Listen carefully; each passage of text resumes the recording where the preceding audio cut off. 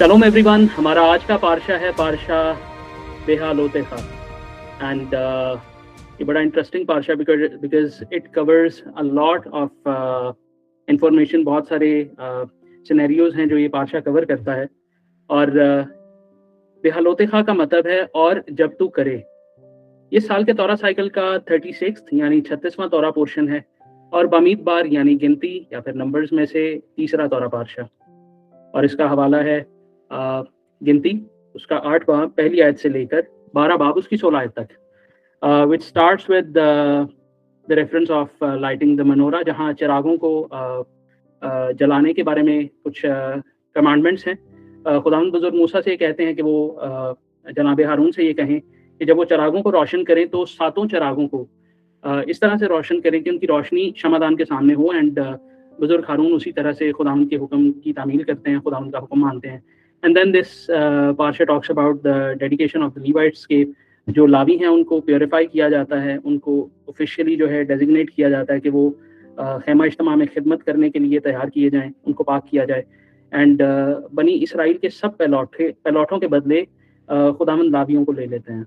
And then it talks about the Passover again, the second Passover. वो तमाम लोग जो पहली ईद फसा में शरीक नहीं हो सके ड्यू टू द इम्प्योरिटीज़, वो सब लोग दोबारा से इस दूसरी फसा में, जो कि 30 दिन बाद खुदावंद ने दूसरी फसा मनाने का मौका दिया है, so they can also be a part of it. So हम इसके बारे में सीखते हैं। Then it goes towards the camp journey. जब बनी इसराइल जो है वो अपना सफ़र शुरू करते हैं तो खेमा इज्तिमा के ऊपर अबर हमेशा रहता है, खुदावंद का अबर, और वही इस चीज़ को ज़ाहिर करता है, इंडिकेट करता है कि कब बनी इसराइल को अपना सफ़र शुरू करना है या कब उन्हें कैंप्स लगा के रुकना है। इससे हमें ये भी चीज़ समझ आती है कि ये खुदावंद की प्रेजेंस या खुदावंद की गाइडेंस है जो हमेशा बनी इसराइल के साथ रही। And then it covers about the trumpets, जो चांदी के नरसिंगे हैं।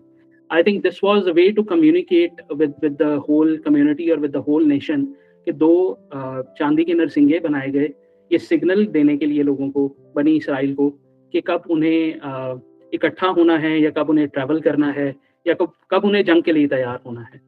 एंड देन इजराइलाइट्स जो बनी इसराइल हैं वो अपनी जर्नी, अपना सफ़र जो है वो सिनाई की तरफ शुरू करते हैं, जो कि प्रॉमिस लैंड है, वादे की सरजमीन की तरफ। और बुजुर्ग मूसा जो है वो अपने फादर इन लॉ को भी इनवाइट करते हैं कि वो भी उनको ज्वाइन करें। And then this is I think that part जहाँ हम सभी लोग देखते हैं कि वो तमाम लोग जो यहाँ हैं वो खुदावंद के उस मन के बारे में, जो मन खुदावंद ने दिया उन्हें आसमान से, उसके बारे में कंप्लेंट करते हैं और अपनी बहुत सारी मुश्किलात के बारे में बताते हैं कि कैसे they were enjoying enough food in Egypt. तो यहाँ पे खुदावंद को ये बात जो है वो पसंद नहीं आती और फिर खुदावंद उनकी क्रेविंग्स को पूरा करने के लिए, जो वो बहुत सारी गोश्तीन गज़ा के बारे में बात करते हैं, उनकी क्रेविंग्स को पूरा करने के लिए उनको बटेर देते हैं। एंड देन जो भी इसमें शामिल होता है उन सब की मौत हो जाती है और उन्हें वहीं दफन कर दिया जाता है। And then it shows us that बुजुर्ग मूसा जो है इन तमाम लोगों के बहुत सारे मामलात को लेकर बहुत ओवरवेल्म्ड हो जाते हैं, बहुत परेशान हो जाते हैं, because he is the only one जिन्होंने बहुत सारे मामलात को हैंडल करना है, लोगों के फैसले और जितने भी मामलात रहते हैं। तो वो खुदावंद से मदद मांगते हैं और उसके बाद वो 70 बुजुर्गों को अपॉइंट करते हैं ताकि वो सब उनकी मदद कर सकें इस सारे बर्डन को हैंडल करने में। And it ends with the story of बुजुर्गा मरियम और बुजुर्ग हारून। जब बुजुर्गा मरियम और बुजुर्ग हारून बुजुर्ग मूसा के अगेंस्ट बात करते हैं या वो बुड़बड़ाते हैं, तो खुदावंद को ये बात पसंद नहीं आती और बुजुर्गा मरियम को इसके लिए सज़ा दी जाती है। और फिर बुजुर्ग मूसा उनकी हीलिंग के लिए दुआ करते हैं और वो 7 डेज़ के लिए क्वारंटीन कर दी जाती है। So this was the highlights of our today's parsha, and now we learn about its haftarah. We'll have an insight on haftarah. तो हफ्तारा का जो हवाला है वो है ज़करिया उसका 2 बाब 10 आयत से लेकर 4 बाब उसकी 7 आयत तक। और इसका कोर कनेक्शन जो है वो हमारे पार्शा के साथ वो है मेनोरा। जैसे हमारा पार्शा स्टार्ट होता है बुजुर्ग हारून के साथ, और वो जैसे वो फिजिकली जाकर मेनोरा को लाइट कर रहे हैं, खेमा इज्तिमा के अंदर उनको जलाना है उन्हें। इसी तरह इसका हफ्तारा जो है talks about the spiritual perspective कि कैसे स्पिरिचुअली उसको हम लोग देख सकते हैं। और ये प्रोफेसी जो है वो बुजुर्ग ज़करिया के थ्रू दी जाती है, ज़करिया के थ्रू दी जाती है, जो कि सेकंड टेम्पल से की कंस्ट्रक्शन से पहले है, ताकि उन लोगों को कंफर्ट किया जा सके जो बहुत बहुत मुश्किलात का सामना देखकर वापस आ रहे हैं। And it talks about a promise, एक डिवाइन रिटर्न की जो है वो वापसी की बात करते हैं यहाँ पे, कि कुछ दहाइयों के बाद जो बहुत पेनफुल था, बेबीलोनियन एग्जाइल की बात कर रहा हूँ, जब बाबिल बाबिल में सब लोग बनी इसराइल जो थे वो कैद थे, तो खुदावंद इस बात को रीअश्योर करते हैं कि उनका शकाना वापस जो है, उनकी प्रेजेंस जो है, उनकी मौजूदगी वापस यरूशलेम में आएगी। So this was promise of joy to the people. और फिर इसके बाद हम लोग एक एक और यहाँ पे बात को देखते हैं कि शैतान किस तरह से यशुआ के ऊपर इल्ज़ाम लगाता है, जो कि सेकंड टेम्पल के हाई प्रीस्ट हैं, कि उन्होंने मैले कपड़े पहने हुए हैं, और खुदावंद जो हैं, खुदा जो हैं, वो उनको डिफेंड करते हैं। एंड वो इस ट्रांसफॉर्मेशन की बात करते हैं कि यशुआ के जो मैले कपड़े हैं वो उतार दिए जाएं, और बदकिरदारी को दूर किया जाए, और उन्हें नफीस पोशाक जो है वो पहनाई जाए, उन्हें रॉयल गारमेंट्स पहनाए जाएँ, जो कि फॉरगिवनेस को और फ्रेश स्पिरिचुअल स्टार्ट को दिखाते हैं। And then there is an ultimate reward, जहाँ खुदावंद जो है वो यशुआ से ये वादा करते हैं कि अगर वो खुदावंद की राहों में चलें और उनके अहकामात पर अमल करें, तो वो खुदावंद के घर पर सकूनत करेंगे, और वो उन्हें यहाँ खड़े होने की इजाज़त देंगे उनकी बारगाहों में, उनका निगहबान बनने के लिए। And this ends with the grand vision, जो बुजुर्ग ज़करिया जो है वो देखते हैं, 7 ब्रांचेस मेनोरा कि उसमें कभी, उस मेनोरा में कभी तेल ख़त्म नहीं होगा। और जो फरिश्ते की जो इंटरप्रिटेशन है इसके बारे में, वो ज़रबाबिल की विजन के बारे में है, जो कि एक पॉलिटिकल लीडर थे, और was navigating the uphill battle of rebuilding the temple, जो टेंपल की रीबिल्डिंग के बारे में बैटल की या फाइट की। So these were the synopsis. इसमें और भी बहुत कुछ है सीखने के लिए, और मज़ीद इसमें से सीखने के लिए हम लोग असद भाई को रिक्वेस्ट करेंगे। So over to you Asad भाई। जीते रहे आप साहब, थैंक यू। आप सबकी सलामती और शबात शलोम। शबात शलोम भाई, आपकी भी सलामती है। शबात शलोम भाई। थैंक यू सर जी, शबात शलोम। शबात शलोम भाई जी। शबात शलोम। इससे पहले कि हम इस हफ्तारा में आगे बढ़ें और मिलके कुछ सीखने की कोशिश करें, मैं एक बात आपको ज़रूर बताना चाहता हूँ। आज का जो हमारा हफ्तारा है, जो रेफरेंस अभी आपने सुना है, रेफरेंस इसका है ज़करिया, उसका दूसरा बाब, उसकी इसके अंदर आयतों का डिफरेंस आता है, जैसे पहले एक दफ़ा मैंने मतलब हफ्तारा में मेंशन किया था। सो आपके पास 2:14 भी मेंशन हो सकती है और 2:10 भी मेंशन हो सकती है। सो अगर आप अपनी उर्दू बाइबल में देखेंगे तो आपको पता लगेगा कि 2:14 उसके अंदर एग्जिस्ट ही नहीं करती। सो वो 2:10 से होगा आपके पास उर्दू बाइबल के अंदर। सो 2:10 से ये 4:7 तक जाता है। सो बताना मैं ये चाहता हूँ कि हमारा जो आज का हफ्तारा है वो मे बी आपको काफ़ी खुश्क लगे, या आपको ऐसी कुछ थोड़ी सी फीलिंग आए कि ये कुछ ज़्यादा सर से गुजर गया है।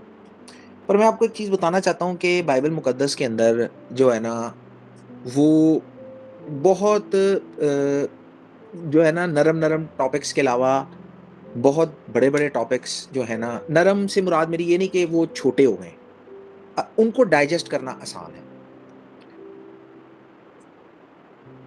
बहुत सारे टॉपिक्स बाइबल मुकद्दस के अंदर तौरा में ऐसे हैं जिसमें आपको हिस्ट्री देखनी पड़ती है, कल्चर देखना पड़ेगा, उस वक्त क्या हालात चल रहे थे। जैसे हम आपने ये महसूस किया ही होगा कि अभी तक जो हमारा हफ्तारा का कोर्स है उसके अंदर से जब हम गुजरते जा रहे हैं, तो हमने आर्मीज़ के बारे में देखा, किंगडम्स के बारे में देखा, the fall and rise of many kingdoms, जिसमें बनी इसराइल भी शामिल है, यहूदा, इसराइल, यूनाइटेड किंगडम, और उसके बाद जो 10 कबीले एक तरफ और फिर 2 कबीले जो हैं वो एक तरफ, फिर उनका राइज, फिर उनका फॉल, बीच में कभी उठते रहे कभी गिरते रहे। सो बहुत सारी चीज़ों को जानने के लिए ये बातें हमको जानना बहुत ज़रूरी है। सो सिनेरियो ये है कि अगर आप इन बातों को नहीं समझेंगे, अगर आप इन बातों को नहीं जानेंगे, तो ये ओवरऑल बातें आपके लिए जानना मुश्किल हो जाएँगी। जैसे कि अभी आपने सुना कि सरदार काहिन है, वो मैले कपड़े पहने हैं, ये विज़न क्यों है, ये प्रोफेसीज़ क्यों है? Prophecies are always difficult to understand. Prophecies are always थोड़ी प्रॉब्लमैटिक, क्योंकि उसके लिए आपको पूरा का पूरा सिनेरियो जानना पड़ता है। सो आई होप कि आप ज़रा मेरे साथ जुड़े रहेंगे और मैं समझ सकता हूँ कि हो सकता है बहुत सारी बातें ऐसी हों कि जो आप उनको अंडरस्टैंड ना कर पाएँ। तो उसके लिए ये है कि हम दोबारा भी रिपीटेडली जब बातों को सीखते चले जाते हैं, तो आस्ता-आस्ता वो हमारे ज़हन में पक्की होती जाती हैं। So coming back to the point, बुज़ुर्ग ज़करिया जो हैं वो जो है काहिन थे और मतलब काहिनों की फैमिली से बिलॉन्ग करते थे और जब अर्ली इयर्स थे, जब एक्साइल से लोग बेबीलोनियन एक्साइल से लोग वापस आ रहे थे, तो जनाब ज़करिया की जो प्रोफेसीज़ थीं, ये जो रीएस्टैब्लिशमेंट है यरूशलेम का या यरूशलेम की रीएस्टैब्लिशमेंट, उसके बारे में थी। उसके बाद उनकी प्रोफेसीज़ में मक़दस का ज़िक्र है, प्रीस्टहुड का ज़िक्र है और उसके बाद जो बादशाहत थी, किंगशिप थी, मोनार्की थी, उसका ज़िक्र है। सो ये जितने भी प्रॉब्लमैटिक ईयर्स थे जब वो एक्साइल से वापस आए, सो जो बनी इसराइल की कम्युनिटी थी,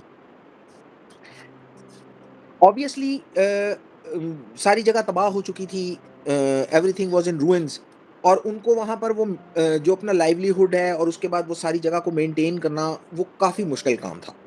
क्योंकि अगर आप देखें तो जब बनी इसराइल मुल्क मऊदा में आए, उसके बाद सदियों सदियाँ गुज़रती गईं और उनको एक वक़्त लगा वहाँ पे एस्टैब्लिश होने में और उसके बाद जब वो सारा कुछ तबाह हो गया और जब वो दोबारा वापस आए, तो उनके लिए एक प्रॉब्लम्स का अंबार खड़ा था।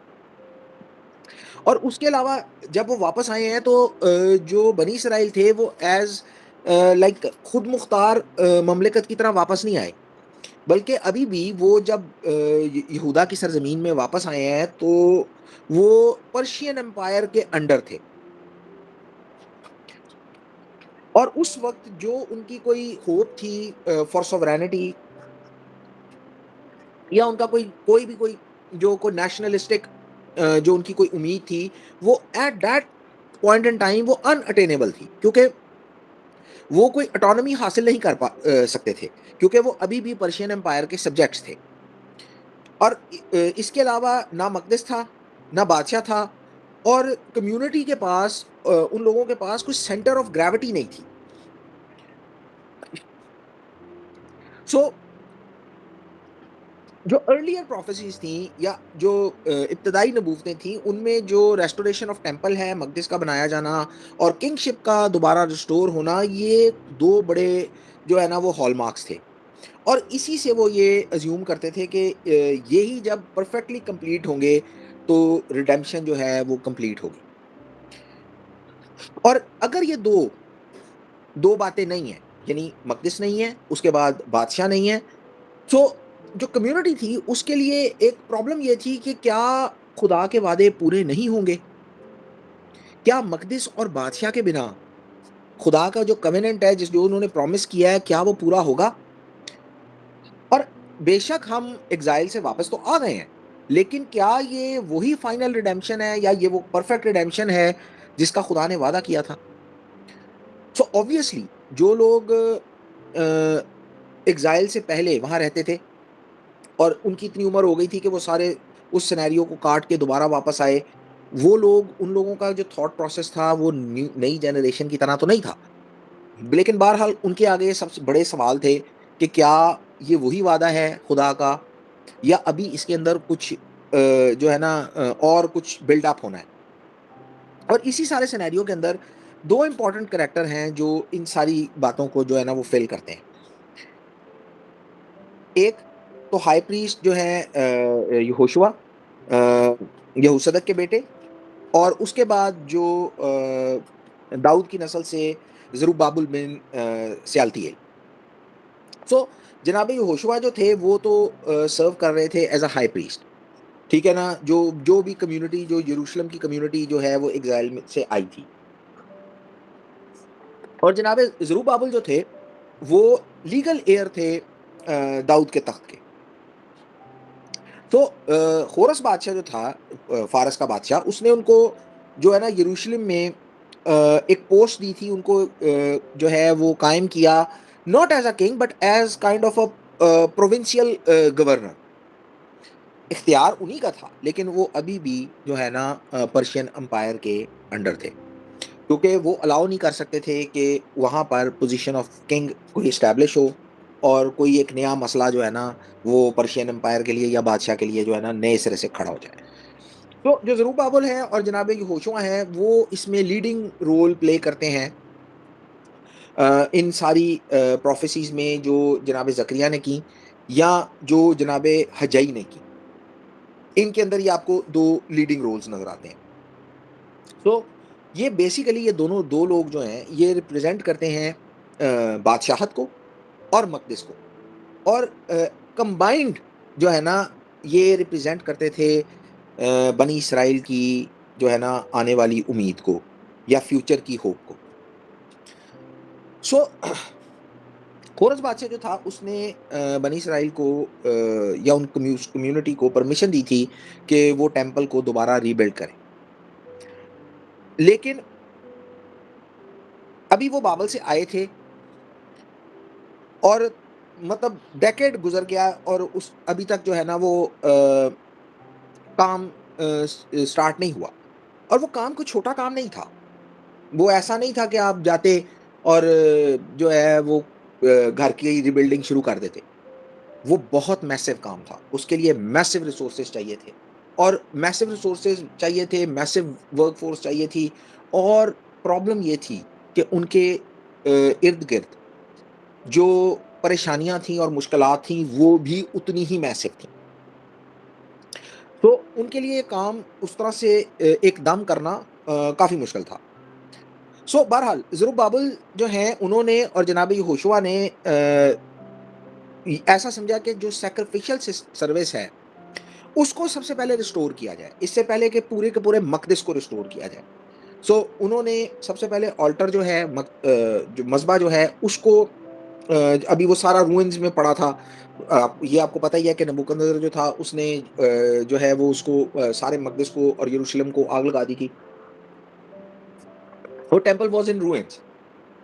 तो उन्होंने ये चूज़ किया कि हम सैक्रिफिशियल सिस्टम को रिस्टोर करते हैं और हम मज़बा को सबसे पहले बनाते हैं, उसके बाद हम आगे आगे जो है ना वो प्रोसीड करेंगे। तो उन्होंने सबसे पहले मज़बा बनाया और अभी बाकी जो है वो रूइंस थे।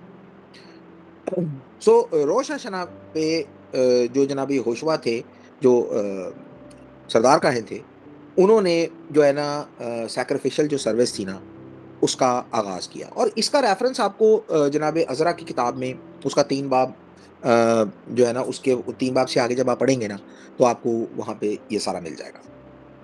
बहरहाल सो इमीडिएटली जब उन्होंने ये किया, सो कम्युनिटी जो थी उन्होंने टेंपल की जो रिबिल्डिंग थी उसका प्रोजेक्ट भी जो है ना वो स्टार्ट किया। तो चूंकि साइरस जो है खोरस बादशाह जो है वो इसका हुक्म दे चुका था और चूंकि उनके पास इस चीज़ की अथॉरिटी थी, उन्होंने जो है ना मजदूर मेमार जो है वो लगाने शुरू किए और उसके बाद उन्होंने जो है ना लकड़ी जो है वो लेबनान से वो मंगानी शुरू की। उसके बाद जो फाउंडेशंस थी, बुनियादें जो थी वो रखनी शुरू की। अब प्रॉब्लम एक हो गई कि जो उनके सामरी जो पड़ोसी थे उन्होंने मसला खड़ा किया कि उन्होंने जो नया बादशाह था फारस का उसको ख़त लिखा और जो कम्युनिटी थी, जो जूइश कम्युनिटी थी या बनी इसराइल की कम्युनिटी थी, जो यरूशलेम को और मकदिस को रीबिल्ड कर रही थी, उनके ऊपर इल्ज़ाम जो है ना लगाने शुरू कर दिए। और जब ये काम उनका शुरू हुआ तो उनको जो है ना वो काम जो है ना वो रोकना पड़ा। बल्कि दारा बादशाह के दौर तक ये काम रुका रहा। इसका रेफरेंस आपको अज़रा की किताब में जो है ना, अगर आप इसको डिटेल में पढ़ना चाहते हैं तो जनाब अज़रा नहमिया की किताबें हैं, उसमें आपको इसका सारा मटेरियल जो ना मिलेगा। तो खुदावंद के घर का काम जो है वो और जो यरूशलेम की रिबिल्डिंग का काम था वो दारा बादशाह के दूसरे साल तक जो है ना रुका रहा। सो दारा जब बादशाह बना तो तब भी वो अनसर्टन थे कि अब किस तरह से इस काम को प्रोसीड किया जाए। क्या उनको दारा के पास अपील करनी चाहिए? क्या उनको दोबारा परमिशन लेनी चाहिए कि भई हम रिबिल्ड करें? हो सकता है वो ना कह दे। अगर कोई वो परमिशन के बगैर रिबिल्ड करेंगे तो मेबी कोई और बड़ी मुसीबत उनके लिए खड़ी हो जाए। तो ये सारी प्रॉब्लम्स जो है ना उनके सामने थी। तो इसके लिए उनके पास एक ही सॉल्यूशन था और वो सॉल्यूशन क्या था? जनाब अज़रा की किताब, उसका 5वां बाब, उसकी पहली 2 आयत। प्लीज़ पढ़िएगा।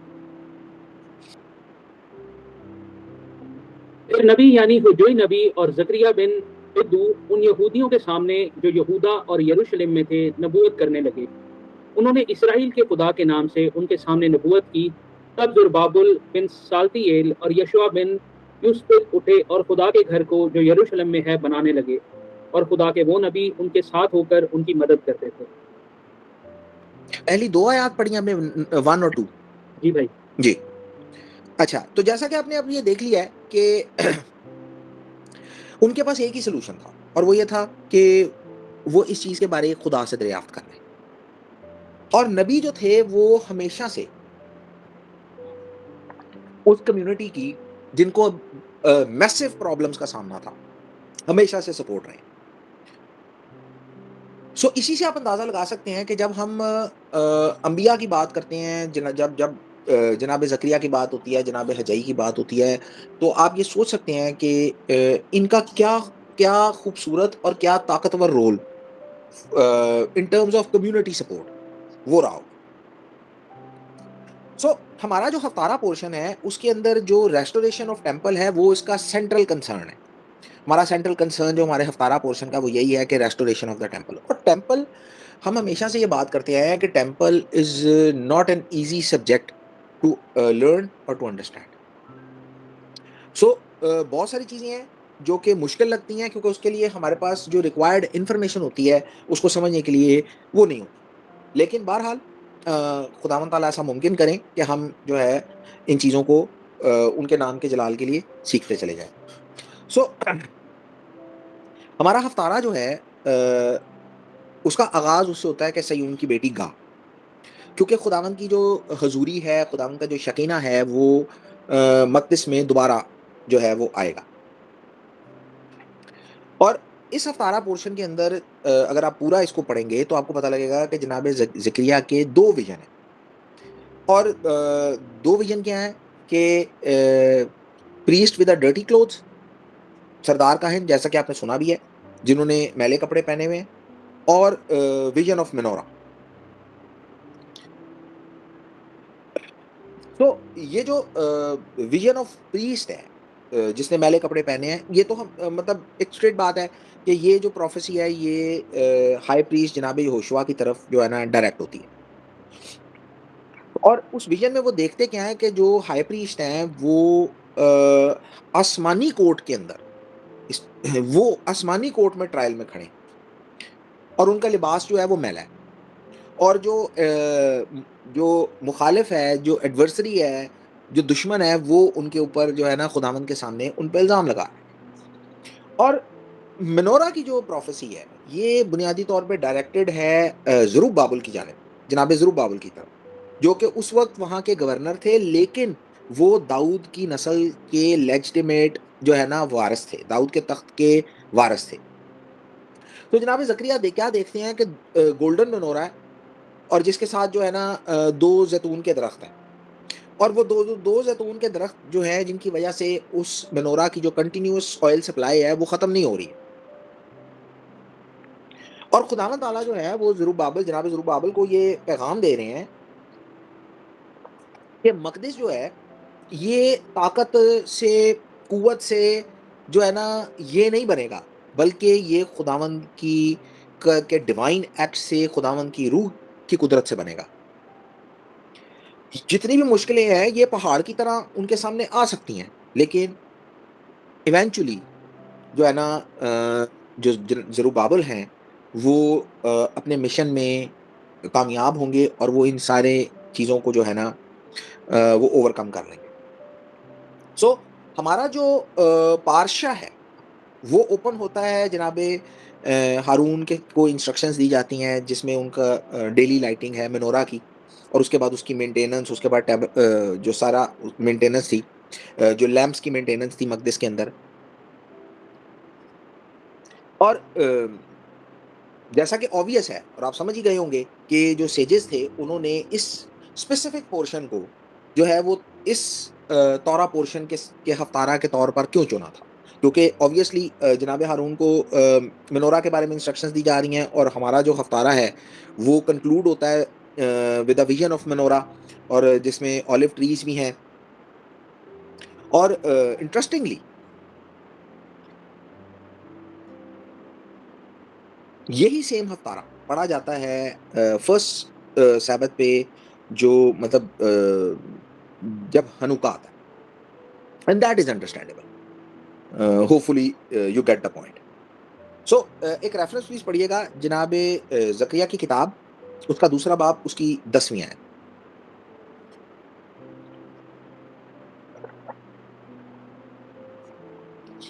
ए दुख्तरे सयून, तू गा और खुशी कर, क्योंकि देख मैं आकर तेरे अंदर सकूनत करूंगा, खुदावंद फरमाता है।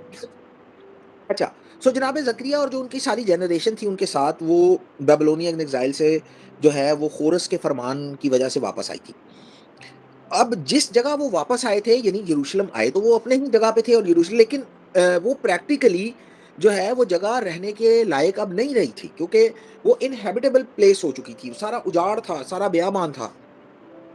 जहां पर किसी वक्त में एक हसीन तरीन शहर खड़ा हुआ करता था, वहां पर अब कुछ भी नहीं था, वहां बेयाबान वीरानी थी, ना कोई दीवार थी, ना कोई डिफेंस था, ना कोई पॉपुलेशन थी किसी तरफ से भी। उन पे कोई अगर कोई दुश्मन हमला ना करता तो कोई जानवर जो थे वो हमला कर देते, क्योंकि कोई प्रोटेक्शन उनके पास नहीं थी, दीवारें तो सब जल के गिर चुकी थी। और अब आप सोचिए कि इस जगह के ऊपर उन्होंने जो है वो मकदिस को और शहर को रीबिल्ड करना था।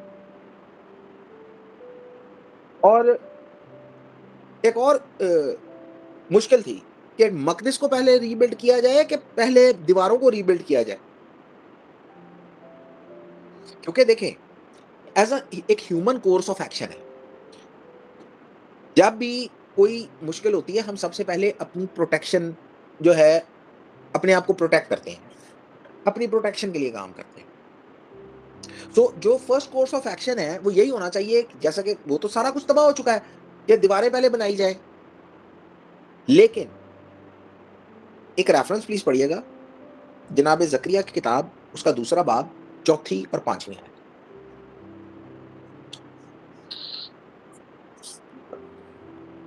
और उससे कहा, दौड़ और इस जवान से कह कि यरूशलेम इंसानों हैवान की कसरत के बायस बेफसील बस्तियों की मानंद आबाद होगा, क्योंकि खुदावंद फरमाता है, मैं उसके लिए चारों तरफ आतिशी दीवार होऊंगा और उसके अंदर उसकी शौकत। सो अब आप इसी से अंदाजा लगाएं कि जब नबी जो हैं खुदावंद का ये पैगाम लोगों को पहुंचाएंगे, या जब लोगों तक ये मैसेज पहुंचेगा, लोगों का क्या रिस्पॉन्स होगा। खुदावंद ने उनको ये कहा है, क्योंकि उनके पास खुदावंद के अलावा ऑप्शन कुछ नहीं थी कि वो किससे पूछते। खुदावंद ने उनको कहा, ये बेफजील को, मैं तुम्हारे लिए दीवार हूंगा। और जब आप ये सुनते हैं तो उसके बाद आपके पास कोई ऑप्शन नहीं रहती, you go straight to build temple. दीवारें बाद में देखी जाएंगी। हाँ, एक नॉर्मल ह्यूमन का ये काम हो सकता है, लेकिन उनकी जिंदगी में तो आपने, जब हम तौरा को पैदाइश से स्टार्ट करते हैं और आगे तक जाते हैं, हमें पता लगता है उनकी जिंदगी में तो कुछ भी नॉर्मल नहीं चल रहा था। टेक्निकली तो उनकी सारी जिंदगी जो है वो अबनॉर्मेलिटी से चल रही थी। तो जनाब जकरिया के तवसत से खुदावंद ने जो है लोगों को ये पैगाम भेजा कि मैं आ रहा हूं और मैं तुम्हारे दरमियान रहूंगा। और आपको पता है कि मैं तुम्हारे दरमियान रहूंगा, ये बुनियादी तौर पे it resonates with the original commandment to build the tabernacle, जब खुदावंद ने मकदस मिशकान को बनाने का उनको कहा था। अगर आप खुरूज 25 बाब उसकी 8 आयत पढ़ें तो आपको ये पता लगेगा कि खुदावंद ने उनको कहा कि ये वो मेरे लिए एक मकदस बनाए ताकि मैं उनके दरमियान सकूनत करूं। सो आई मे ड्वेल यानी मैं उनके दरमियान सकूनत करूं, इसके लिए इब्रानी लफ्ज है शखान।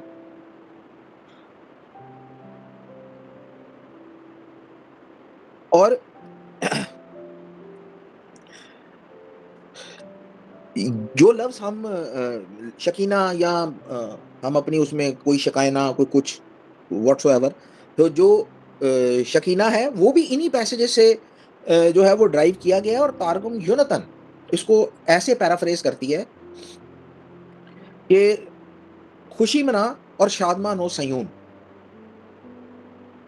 क्योंकि मैं तुझ पे आश्कार होऊंगा और मैं जो है ना मेरा शकीना तुम्हारे दरमियान जो है वो रहेगा। ब्यूटीफुली पैराफ्रेज करती है इस सारी बात को। सो बहरहाल इतने ज़्यादा पुरउम्मीद और होपफुल वर्ड सुन के वो लोगों के दिल वैसे ही जो है ना वो गरमा जाते हैं और फिर उन्होंने जो है ना अपने आप को जो है तैयार किया ताकि वो मक़दिस को तामीर करें। और सेजिस ये भी कहते हैं कि यही जो प्रोफेसीज हैं ये बुनियादी तौर पे मतलब जनाब ज़करिया जो हैं वो फ्यूचर में जो मेसियानिक एरा की जो रिडेम्पशन है ये उसके बारे भी जो है वो आपको रिफ्लेक्शन देती हैं, क्योंकि खुदावंद ताला आएंगे और उनका जलाल जो है वो यरूशलेम में जो है ना वो कायम होगा और जो फाइनल रिडेम्पशन है वो खुदावंद के अपने हाथ से होगी और उसके बाद जो है ना कोई असीरी नहीं होगी, उसके बाद वो कभी असीरी में नहीं जाएंगे। एक रेफरेंस प्लीज पढ़िएगा जनाब ज़करिया की किताब 2 बाब उसकी 11वीं आयत। और उस वक्त बहुत सी कौमें खुदावंद से मेल करेंगी और मेरी उम्मत होंगी और मैं तेरे अंदर सकूनत करूंगा, तब तू जानेगी कि रब्बुल ख्वाज ने मुझे तेरे पास भेजा है। अच्छा, सो जनाब ज़करिया के मुताबिक जो रिडेम्पशन का जो एक साइन है वो ये होगा, एक निशान ये होगा कि बहुत सारी कौमें जो है ना वो आके खुदावंद के साथ जुड़ेंगी और फिर वो खुदावंद के लोग होंगे और वो सारी कौमें जो हैं वो खुदावंद ताला को अपना खुदा मानेंगी। एक बड़ी सिंपल सी बात है लेकिन बड़ी क्रूशल बात है, और वो उस ईमान का जो है ना वो इजहार करेंगी और अपने आप को खुदा के लोगों की सूरत आइडेंटिफाई करेंगी। और यही इसी से सेजिस ये कहते हैं कि ये मिसियानिक टाइम्स की बात है कि बनी इसराइल जो है वो खुदावंद को पहचानेंगे और दूसरी कौमें जो हैं वो भी खुदावंद का नाम सुन के जो है वो उनके साथ जुड़ के खुदावंद के नाम से कहलाएंगी।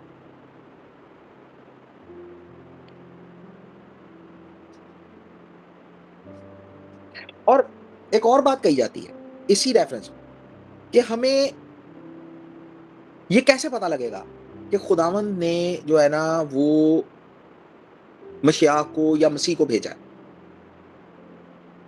और वो ये कहते हैं कि इस तरह से पता लगेगा कि बहुत सारी कौमें जो हैं वो खुदावंद के साथ जुड़ेंगी और वो खुदावंद के नाम से कहलाएंगी।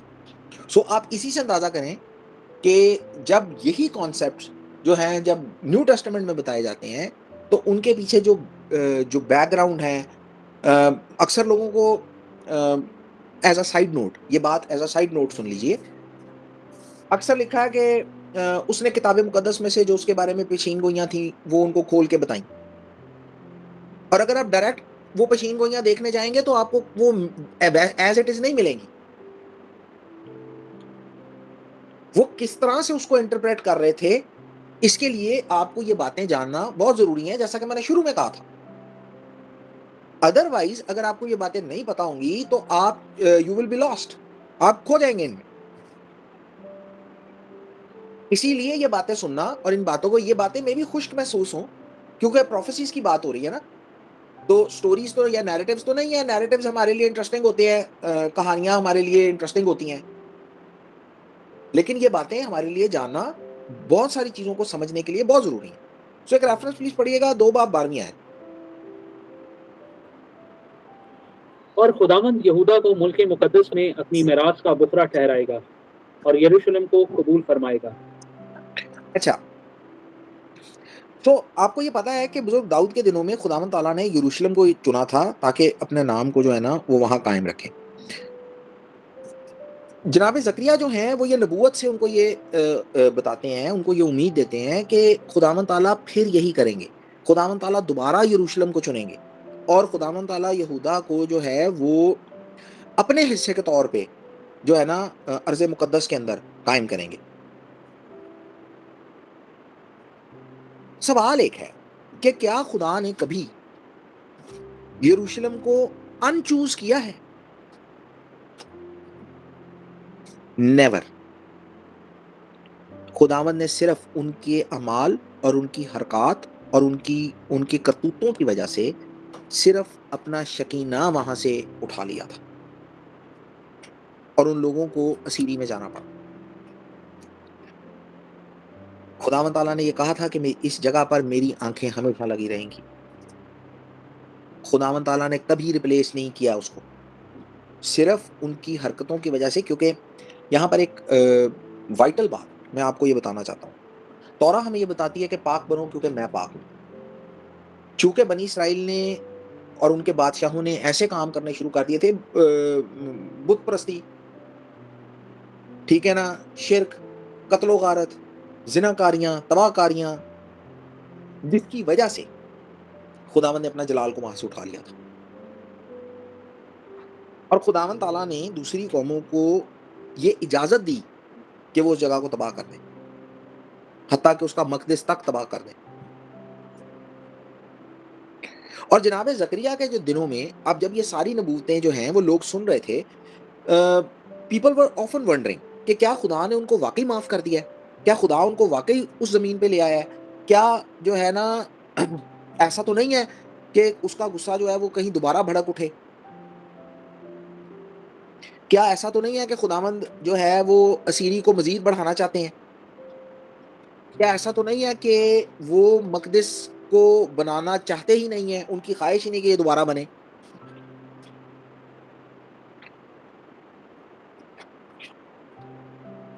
और अगर आप ये सारे इन इन किताबों को, इन सहाइफ को, इनको पढ़ें, इसको हम कहते हैं कि कवर टू कवर पूरा पढ़ें, तो आपको पता लगेगा कि उनको क्या क्या उनके जहन में क्या सवालात चल रहे थे, क्या प्रॉब्लम्स उनको फेस करनी पड़ रही थी, क्या डिफिकल्टीज उनके सामने थी। और सामरियों की मुसीबत जो है वो अलहदा उनके सामने थी, जिसकी वजह से उनको कभी कभी बंदा ये सोचता है कि क्या खुदा वाकई चाहता है कि ऐसा हो। लेकिन बहरहाल अंबिया की नबूवतें के बारे उनको पता है कि अंबिया ने नबूवतों के ज़रिए से खुदावंद का पैगाम जो है वो हमें पहुंचाया है कि ऐसा होगा।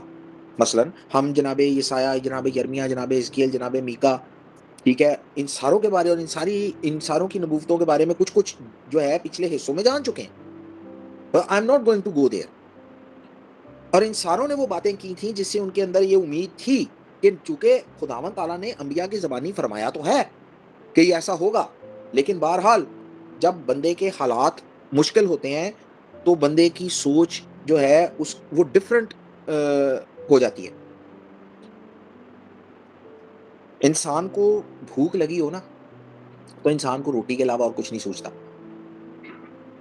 और बाज़ औक़ात ऐसा होता है कि वो बातें भी भूल जाता है जो कि शायद उसकी ज़िंदगी में कभी फंडामेंटल हकीकत जो फंडामेंटल्स थे वो भी भूल जाता है। किसी वजह से यशुआ ने जब अपने शागिर्दों को दुआ सिखाई थी, and it's a very vital point, तो उन्होंने ये कहा था कि हमें आजमाइश में ना जाने दें।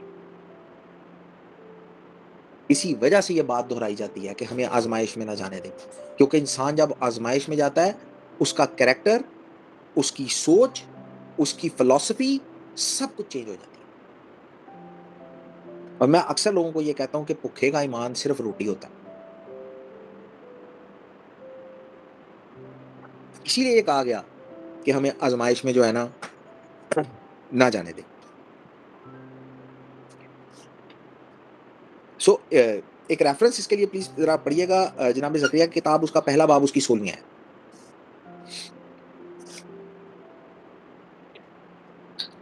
इसलिए खुदावंद यूं फरमाता है कि मैं रहमत के साथ यरूशलेम को वापस आया हूँ, उसमें मेरा मस्कन तामीर किया जाएगा, रब्बुल फाज फरमाता है, और यरूशलेम पर फिर सूत खींचा जाएगा। जी, सो इसी से आप अंदाजा लगा लें कि खुदावंद ताला के मुंह मुबारक की ये बात है कि मैं यरूशलेम में दोबारा आऊंगा और मेरा घर जो है वो इसमें बनाया जाएगा। तो वो लोग जो असीरी से वापस आए थे उन लोगों को ये सारी चीजें या ये सारी नबूवतें पहुंच चुकी थी। तो एक तरफ तो हालात थे और दूसरी तरफ जो है वो अंबिया की नबूवतें थी। तो आप खुद सोच सकते हैं कि अगर हालात ऐसे हों कि शहर पूरा जला पड़ा है, उजड़ा पड़ा है और रहने की जगह भी कोई नहीं है, दीवारें खत्म हो चुकी हैं, मकदस खत्म हो चुका है, लेकिन खुदावंद का कलाम उनके लिए स्टिल एग्जिस्ट करता है, जो ये कहता था कि यहाँ पर मकदस बनेगा। प्लीज एक रेफरेंस पढ़िए, 13वीं आयत, दूसरा बाब 13वीं आयत। ए बनी आदम, खुदावन के हजूर खामोश रहो, क्योंकि वो अपने मुकद्दस मस्कन से उठा है। तो नबी जो है वो जित लोगों को ये कहते हैं कि खामोश रहो, क्योंकि खुदावन जो है वो अपने जो है ना मकदस से उठा है। और वो उठा है क्यों? क्योंकि वो यरूशलेम वापस आए। और खुदावन ताला उन सारी कौमों के अगेंस्ट जिन्होंने बनी इसराइल को तंग किया था, बनी इसराइल को दुख दिया था, खुदावन ताला अपने कहर में जो है वो उठाए।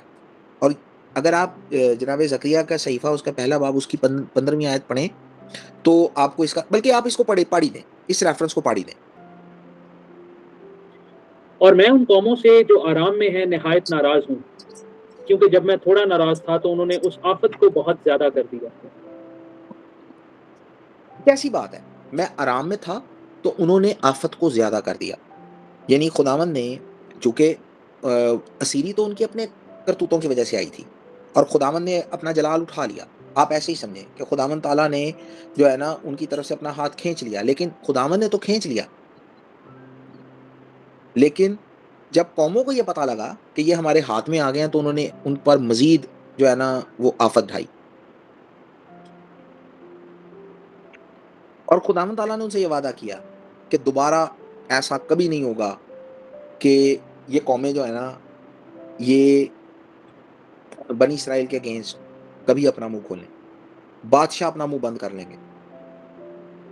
और ये चीज आपको जनाब यसाया के सहीफे में मिल जाएगी। और इंटरेस्टिंगली जो सेजेस हैं वो साइलेंस ऑफ द नेशंस, कौमों का खामोश होना, ये रेफर करते हैं फ्यूचर फॉल ऑफ रोम।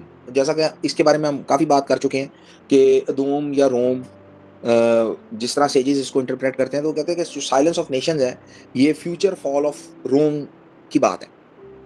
सो हाशिम जो है द होली वन, वो अदूम या रोम जो है और उसके जो उसके कर्ता धर्ता है वो सब उनको सजा देंगे, उन सबको सजा देंगे। और हमें ये कैसे पता लगा? क्योंकि ये यसाया 33 बाब उसकी 10वीं आयत में लिखा है।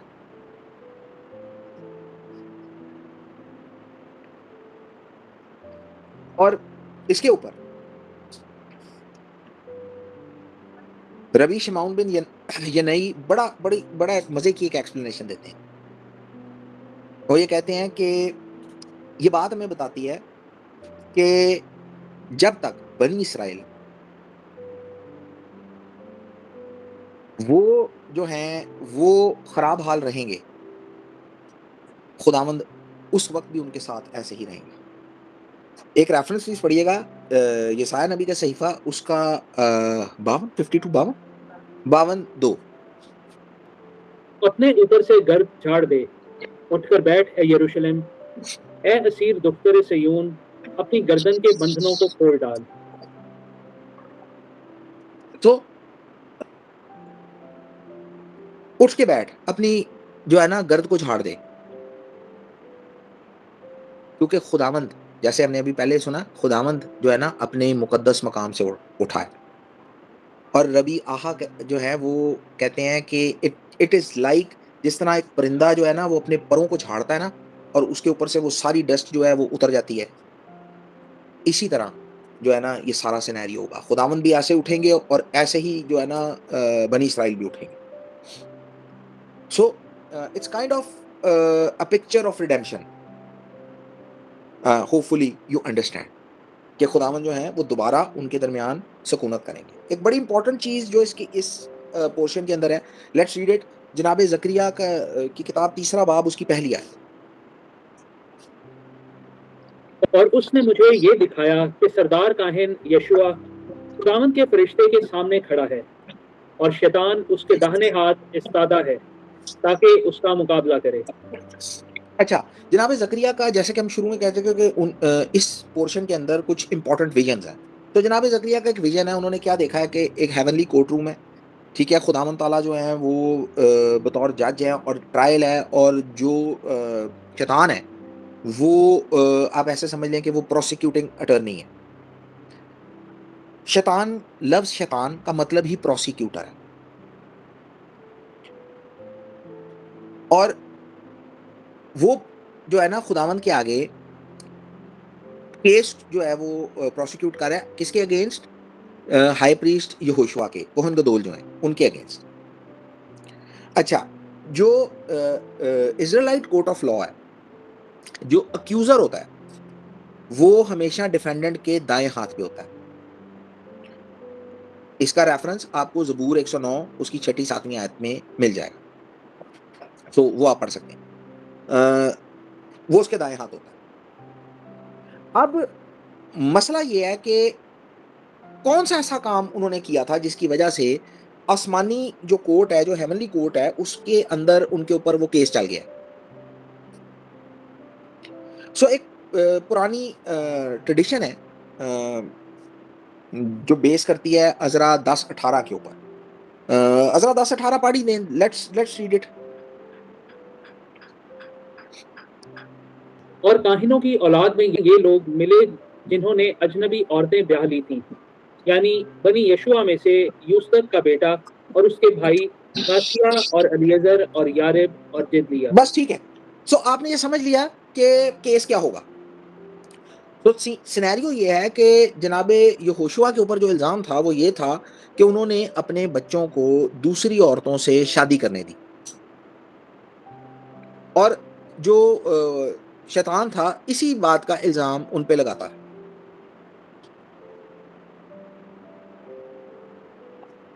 बहुत सारे कमेंटेटर्स जो हैं वो इसी चीज़ के ऊपर मुत्तफ़िक हैं।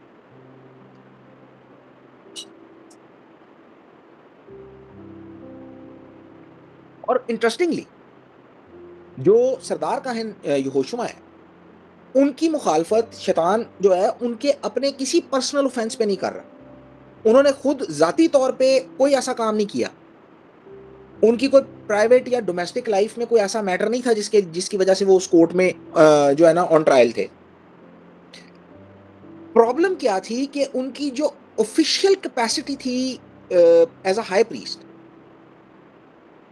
और ऐसे प्रॉब्लम्स और ऐसे गुनाह जो कि कहीं ना कहीं उनके ऑफिस से कनेक्टेड थे, और चूंकि जो प्रॉब्लम कोहन गदोल के ऑफिस से कनेक्ट होगी वो इवेंचुअली पूरी नेशन के साथ कनेक्ट होगी। सो टू मेक इट सिंपल, उनका पर्सनल कोई इशू नहीं था जिसकी वजह से वो ऑन ट्रायल वहां मौजूद थे।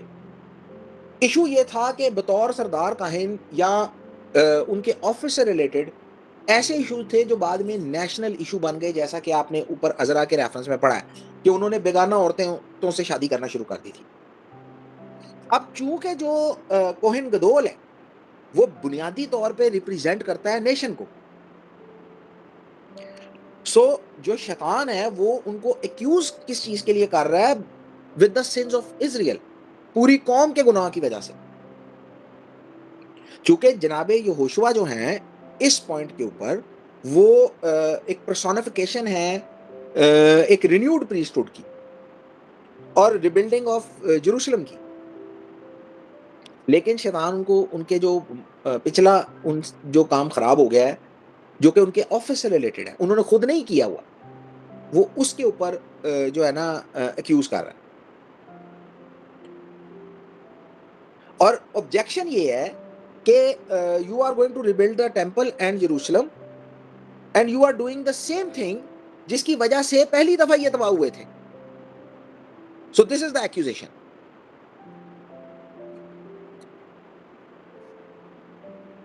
और जैसा कि मैं पहले आपको बता चुका हूं कि जो ऑलरेडी कम्युनिटी वहां पर मौजूद थी जनाब ज़करिया के दिनों में, वो ऑलरेडी इस जो है ना कश्मकश में थी कि क्या मकदिस को दोबारा बनाना चाहिए, या मकदिस दोबारा बनेगा, या क्या यरूशलेम को जो है इसको रीबिल्ड करना चाहिए।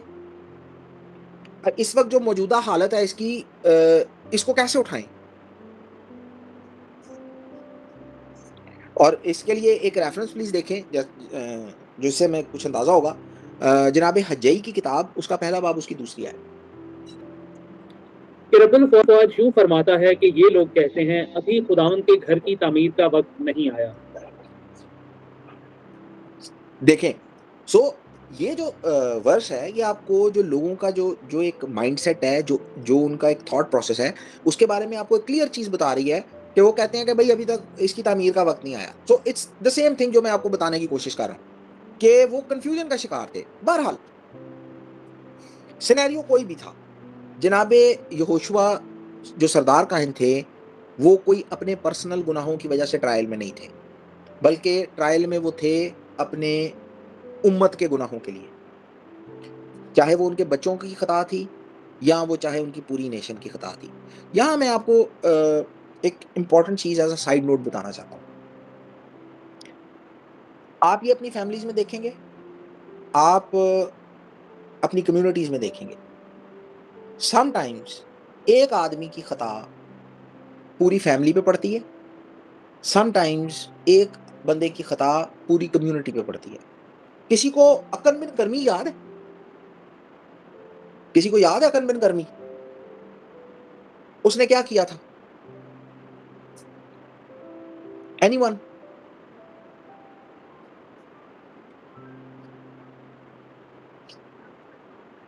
ठीक है भाई, जब नहीं याद है तो इसका मतलब है नहीं याद है, आगे ही चलते हैं। एक रेफरेंस प्लीज पढ़िएगा, जनाब जकरिया की किताब, तीसरा बाब, उसकी दूसरी है। और खुदावंद ने शैतान से कहा, ए शैतान, खुदावंद तुझे मलामत करे। हाँ, वो खुदावंद जिसने यरूशलेम को कबूल किया है तुझे मलामत करे। क्या ये वो लुट्टी नहीं जो आग से निकाली गई है? अच्छा, सो सुनने के बाद जो भी प्रोसिक्यूशन हो रही है, जो ट्रायल चल रहा है, जो जज है उन्होंने केस जो है वो कोर्ट से डिसमिस कर दिया उस चार्ज, और जो वो चार्जेस थे वो सारे जो है ना वो फारग कर दिए हैं, और बल्कि जो अक्यूज़र है शैतान को रिब्यूक किया है इस बात से कि खुदावंद ने यरूशलेम को जो है ना वो चुन लिया है। और क्या ये वो लुकटी जब आप कहीं बॉनफायर करते हैं तो आप लकड़ी अगर निकालें जिसके सिरे पे आग लगी होती है, तो क्या ये वो लुकटी नहीं है जो निकाली आग में से निकाली गई है? क्योंकि खुदावंद ताला ने यरूशलेम को चुना है, और जब चूंकि खुदावंद ने यरूशलेम को चुन लिया है, उसके अगेंस्ट कोई केस नहीं बनेगा।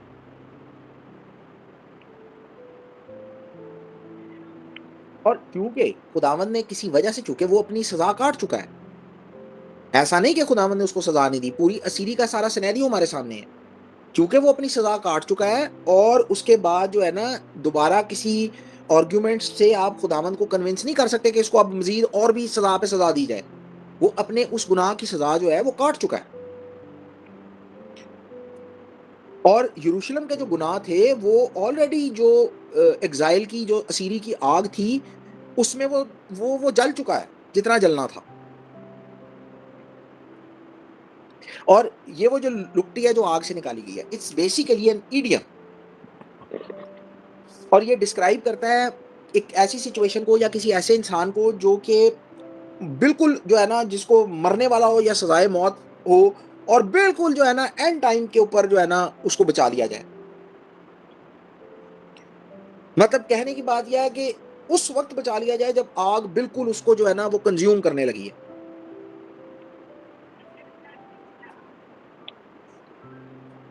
और इस सिनेरियो के अंदर, जनाब यहोशुआ के सिनेरियो के अंदर और कौम के सिनेरियो के अंदर, ये आग जो है वो असीरी की आग थी जो कि बस कौम को खाने ही वाली थी, जिसमें से खुदावंद जो है ना उनको वापस ले आए।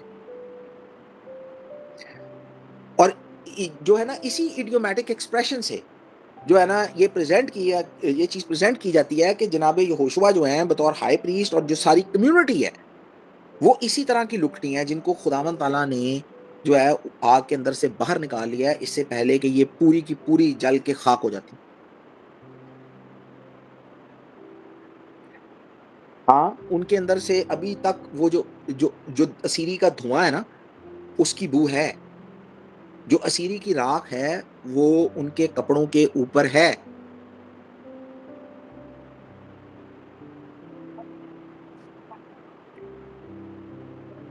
और एक और यहाँ आपको एक मजे की काफी हमने खुश्क खुश्क बातें की हैं।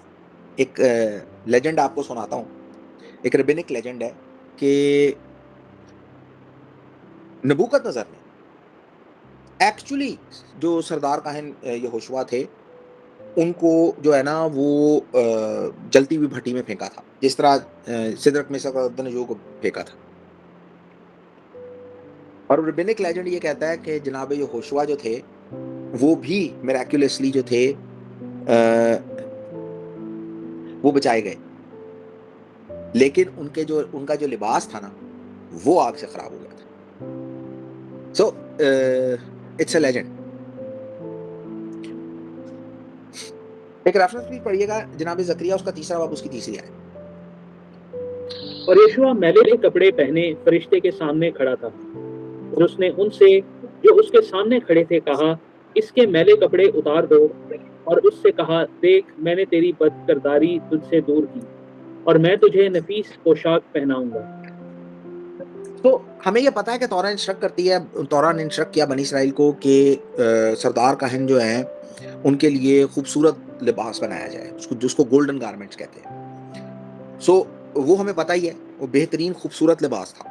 लेकिन जनाब जकरिया का जो विजन है उसके अंदर हम सरदार काहिन को देखते हैं, उन्होंने मैले कपड़े पहने हुए हैं। और जो मैले कपड़े जो हैं बुनियादी तौर पे ये रिप्रेजेंट करते हैं गुनाह को। और जैसा कि हम ऊपर अभी बात कर चुके हैं कि ये गुनाह जो है जनाब यहोशुआ के गुनाह नहीं थे, बल्कि ये एज अ कम्युनिटी बनी इसराइल का जो सारा जो था ना वो उनके ऊपर था। और जो उनके लिबास का जो मैलापन था ये बुनियादी तौर पर रिप्रेजेंट करता था मकदिस को, जो कि अभी तक जो है वो रूइंस थी और जो यरूशलेम की तबाह हाली थी।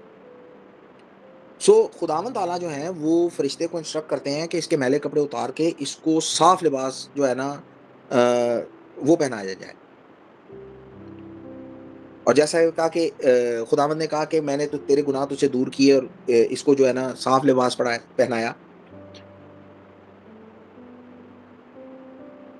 तो शैतान और उसकी वो जो सारी एक्यूजिशन थी जनाब यहोशुआ और कौम के अगेंस्ट, इसको आपने, फिर मैं ये बात दोहरा रहा हूँ, इसको आपने हमेशा नेशन के पैराए में समझने की कोशिश करनी है। ये बात जो है नेशनल लेवल के ऊपर, ये विजन भी नेशनल लेवल पे है, ये बात भी नेशनल लेवल पे है, इसको आपने नेशनल लेवल के ऊपर समझना है। और शैतान जो है और उसकी जो एक्यूजिशंस हैं वो खुदावंद ताला ने पीछे कर दी और बनी इसराइल के सारे गुनाह जो है ना वो दूर कर दिए और जनाब यहोशुआ को साफ और प्रीस्टली गारमेंट्स जो है ना वो पहनाए गए। और काहिन का साफ लिबास, उसका खूबसूरत लिबास जो है ना वो सिंबलाइज करता था कि खुदावंद ने कौम को माफ कर दिया। और इसी तरह से आप देखें कि वो दोबारा से बतौर कोहिन गदोल वो प्रॉपरली ड्रेस्ड अप हो गए।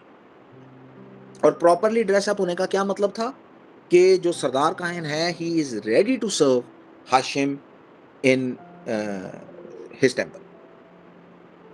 और जितनी भी जो सर्विस थी उनको उसको कंडक्ट करने के लिए जो है ना वो तैयार थे। सो एक रेफरेंस प्लीज पढ़िएगा 7वीं आयत, जकरिया 3:7। मतलब आज यूं फरमाता है कि अगर तू मेरी राहों पर चले और मेरे हकाम पर अमल करे तो मेरे घर पर हुकूमत करेगा और मेरी बारगाहों का निगहबान होगा, और मैं तुझे इनमें जो यहाँ खड़े हैं आने जाने की इजाजत दूंगा। तो खुदावंद ताला जो है वो जनाब यहोशुआ को ये बात करते हैं और ये वो इंस्ट्रक्शंस हैं जिसकी बाज़गश्त, जिसकी एको आप पूरी तौरा के अंदर सुन सकते हैं। शायद ही कोई ऐसा बादशाह गुजरा हो, शायद ही कोई ऐसा बंदा गुजरा हो, ठीक है। ये इंस्ट्रक्शन वो इंस्ट्रक्शन है जो हर इंसान को दी गई है, हर दफ़ा दोहराई गई है, मुतअद्दिद बार दोहराई गई है। ये कल भी दोहराई गई थी, ये आज भी दोहराई जाती है, ये उनके लिए भी कही गई थी, ये हमारे लिए भी कही जाती है। और इंस्ट्रक्शन ये है कि खुदावंद ताला उनको ये कहते हैं जनाब यहोशुआ को कि जब तक, अगर तू जब तक मेरे कलाम पर चले, मेरी शरह पे चले, तो मैं तुझे कहाँ का एक्सेस दूंगा। तो आपने रेफरेंस में सुना है कि तुझे हेवनली टेम्पल के अंदर तक एक्सेस मिलेगा। तो तारगुम योनातन जो है वो इसको बड़ा खूबसूरती से पैराफ्रेज करती है कि तुझे कंट्रोल मिलेगा मेरे कोर्ट्स का, बल्कि रेजरेक्शन ऑफ द डेड का, बल्कि मैं तुझे जो है ना सराफीम के दरमियान चलने के काबिल बनाऊंगा। So you can possibly imagine कि जब कोई इंसान खुदावन के कलाम पर अमल करता है, उसकी तौरा को मानता है और उसके साथ चलता है, तो उसके लिए क्या मकाम है।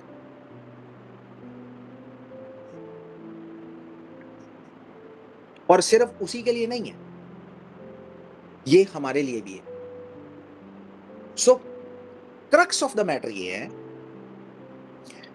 कि किसी एक बंदे की खता कभी पूरे खानदान पे आ पड़ती है, कभी पूरी कम्युनिटी पे आ पड़ती है, कभी पूरी कौम पे आ पड़ती है।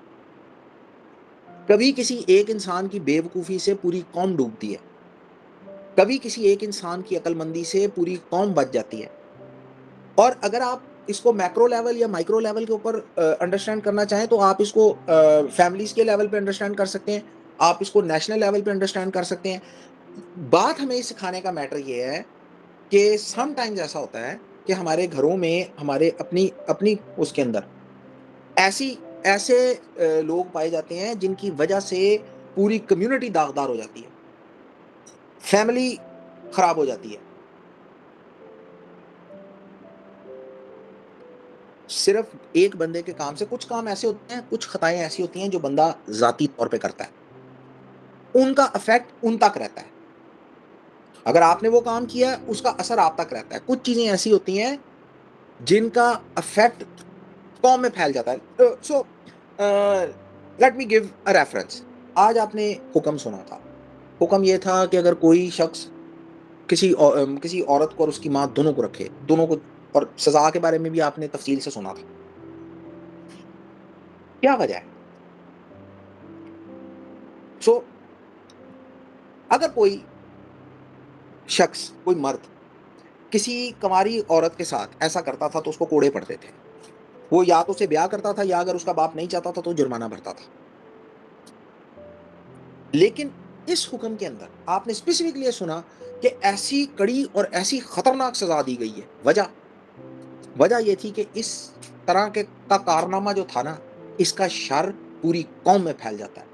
यानी एक ऐसा इंसान जिसको किसी रिश्ते का लिहाज नहीं है, किसी जो है ना किसी बाउंड्री का लिहाज नहीं है, उसकी बेशर्मी जो है वो इंतहा तक पहुंची हुई है। सो जैसी जैसी उसकी हरकत है ना, उसके लायक उसको सजा मिलनी चाहिए। हमारे घरों में भी कभी कभी ऐसा होता है, कुछ लोग बाउंड्रीज की रिस्पेक्ट ही नहीं करते हैं। नॉट नेसेसरीली कि मैं उस मिजवा को रेफर कर रहा हूँ, लेकिन बहुत सारी दफ़ा, कई दफ़ा ऐसा होता है और हम गैर ज़रूरी और गलत जो है ना फेवर करते हैं, क्योंकि वो हमारी फैमिली का बंदा होता है। हम बहुत दफ़ा हक को दबाते हैं, हम सही बंदे को गलत ठहराते हैं, और फिर उसका अंजाम यही होता है कि या तो फिर कौम मसीरी में जाती है या तो फिर काहिन के कपड़े दागदार होते हैं। सो तौरा हमेशा हमें इंसाफ और जस्टिस की बात सिखाती है। जब हम ये देख रहे हैं कि हेवनली कोर्ट में सरदार काहिन खड़ा है और कपड़े उसके मैले हैं, यानी कौम की सारी करतूत जो है वो उसके कपड़ों पे है, और जो है ना कोर्ट का मतलब ही जस्टिस सिस्टम है। तो जनाबे ज़करिया का विजन ही जो हमें बता रहा है, जो है हमें उसको सीखने की कोशिश करनी चाहिए। बेशक शायद हमारा कौमी लेवल पे कोई इतना हाथ नहीं है, लेकिन हम अपनी फैमिली को तो दुरुस्त कर सकते हैं ना। फैमिली तक तो हमारा हाथ है ना। जो 4 लोग आपके पास हैं उन तक तो आपकी रसाई है ना। सो नसीहत हमारे लिए यही है कि जैसा कि हमने जनाब यहोशुआ, सरदार काहिन यहोशुआ, उनके मैले कपड़े, ठीक है, और उनका जो ट्रायल है उसके बारे में सुना। कहीं ऐसा ना हो कि कोई ऐसी हरकत हो और हमारे कपड़े भी मैले हों और हम भी ट्रायल में पहुंचे हों। क्योंकि जितना भी आपको दिया गया है आपसे उसी का सवाल होगा। आपसे शायद पूरी कौम का सवाल ना हो, लेकिन कम अगर 2 बंदे भी आपको दिए गए हैं तो उन 2 बंदों का सवाल हो जाएगा। तो हमारे लिए नसीहत ये है कि जैसा खुदावंद ने उनको कहा कि अगर तू मेरी शरह पे चले, और ये हमारे लिए भी है कि अगर हम उनकी शरह पे चलें तो इसका इसका मर्तबा, इसका रिवॉर्ड ये है कि यू विल वॉक अमंग सरफीन। और खुदावंद ऐसा मुमकिन करें कि हम खुदावंद की बात को कामयाबी के साथ जो है वो अपने फैमिलीज़ में या अपनी कम्युनिटीज़ में जो है ना उस पे अमल कर सकें। बारी ताला आप सबके साथ। शबात शलोम। Shabbat shalom. Asif God bhai. bless. Shabbat shalom. Thank you, Asif bhai. हाजी आप जीती रहे। It was a good one. I enjoyed. I don't know about other.